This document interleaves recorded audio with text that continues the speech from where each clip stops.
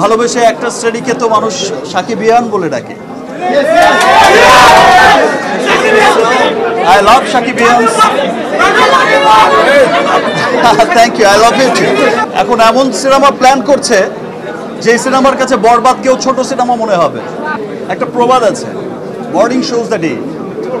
আমরা যখন দেখি একটা সিনেমার ওপেনিং দেখি, একটা সিনেমার কিছুদিন রান যখন করে, তখন কিন্তু সেটা বোঝা যায় যে এটা কি লং রানের ঘোড়া হবে, এটা কততে গিয়ে ঠেকতে পারে, কোন জায়গায় গিয়ে পৌঁছতে পারে। আর আরেকটা কথা বলে যাই, আপনারা অনেকেই হয়তো ভাবছেন যে বরবাদ হচ্ছে লাস্ট ফিল্ম, যেটা হচ্ছে 100 কোটিতে গিয়ে পৌঁছবে, বাট আই থিঙ্ক যে এটা হচ্ছে মানে শুরু হলো, এটা শেষ না, এটা শুরু হলো। যে আজ থেকে গত বছর আমরা তুফান দেখেছি, তুফান যে পরিমাণে বিজনেস করেছে, এবছর আমরা বরবাদ দেখছি, তার চাইতেও আরও ভালো বিজনেস করছে।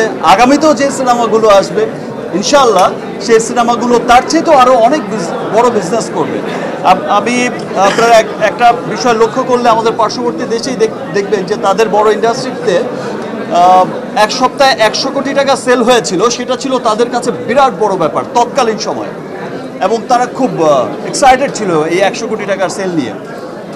বাট যারা হচ্ছে মেকার ছিলেন, যারা হচ্ছে 100 কোটির ক্লাবে নিয়ে গেছেন, তাদের টার্গেট কিন্তু সে 100 কোটি ছিল না, তাদের টার্গেট 1000 কোটি ছিল। এখন দেখা যায় যে আমাদের পার্শ্ববর্তী দেশের সিনেমা, বড় সিনেমাগুলো 1000 কোটি ক্লাবে না পৌঁছলে তারা সুপারহিট ডিক্লারই করে না, তাদের টার্গেটই। সো আমাদের শুরু হয়েছে, অ্যান্ড দেন আমাদের দেশের মানুষ, আমাদের দেশের সর্বস্তরের মানুষ, এবার আমি আমার দেশের সর্বস্তরের মানুষকে ধন্যবাদ জানাবো আবারও, বিকজ এবার আমি যখন শুটিং করছিলাম, আমি যখন শুটিং করছিলাম এই কিছুদিন আগেই, এই কয়েকদিন আগেই আমাকে কিছু মানুষ এসে যখন বলল, তারা সিনেমার কোর মানুষ, তারা যখন এসে বলল যে দিস ইজ দ্য ফিল্ম যেটা গুলশান থেকে গুলিস্তান সবাই দেখছে। প্রথম কথাটা বুঝিনি, গুলশান আর গুলিস্তান কোথায়? দুই জায়গায় তো সিনেমা হল নেই, গুলশানও সিনেমা হল নেই, গুলিস্তানও সিনেমা হল নেই। বলো ভাই, ব্যাপারটা ওই রকম না, মানে গুলশান টু গুলিস্তান মানে সব শ্রেণীর মানুষ। সেটা যেমন আপার ক্লাস যেটা বলছে তারা, গুলশান মিন্স আপার ক্লাস বোঝাতে চেয়েছে, আর গুলিস্তান মিন্স একটু সাধারণ মানুষকে বোঝাতে চেয়েছে, আমাদের মতো নর্মাল পিপলকে।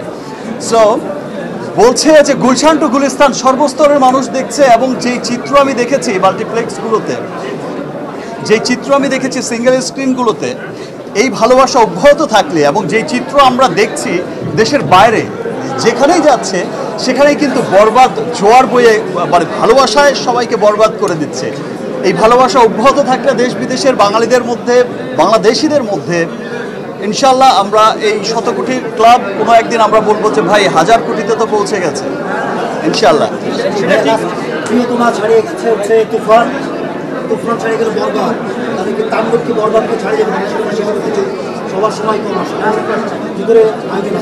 আমরা তো আশা তো করি যে ছাড়িয়ে যাবে, এবং এই যে বরবাদ প্রডিউসার অ্যান্ড ডিরেক্টর, এই টিম কিন্তু এখন এমন সিনেমা প্ল্যান করছে যে সিনেমার কাছে বরবাদ কেউ ছোট সিনেমা মনে হবে।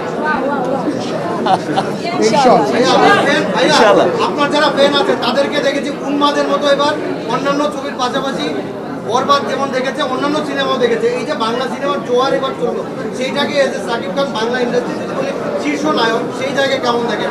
সিনেমার একটা ফ্লো ছিল এবার। আমি কত নাম্বার নায়ক আমি সেই বিচার কখনো করিনি। আমার জীবনের শুরু থেকে আজ পর্যন্ত আমি কখনো নাম্বার নিয়ে চিন্তিত না।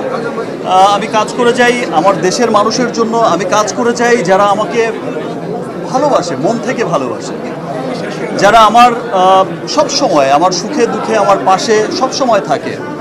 ভালোবেসে একটা শ্রেণীকে তো মানুষ সাকিবিয়ান বলে ডাকে। I love Shakibians. Thank you. I love you too. I love you too. I love you too. So, inshallah.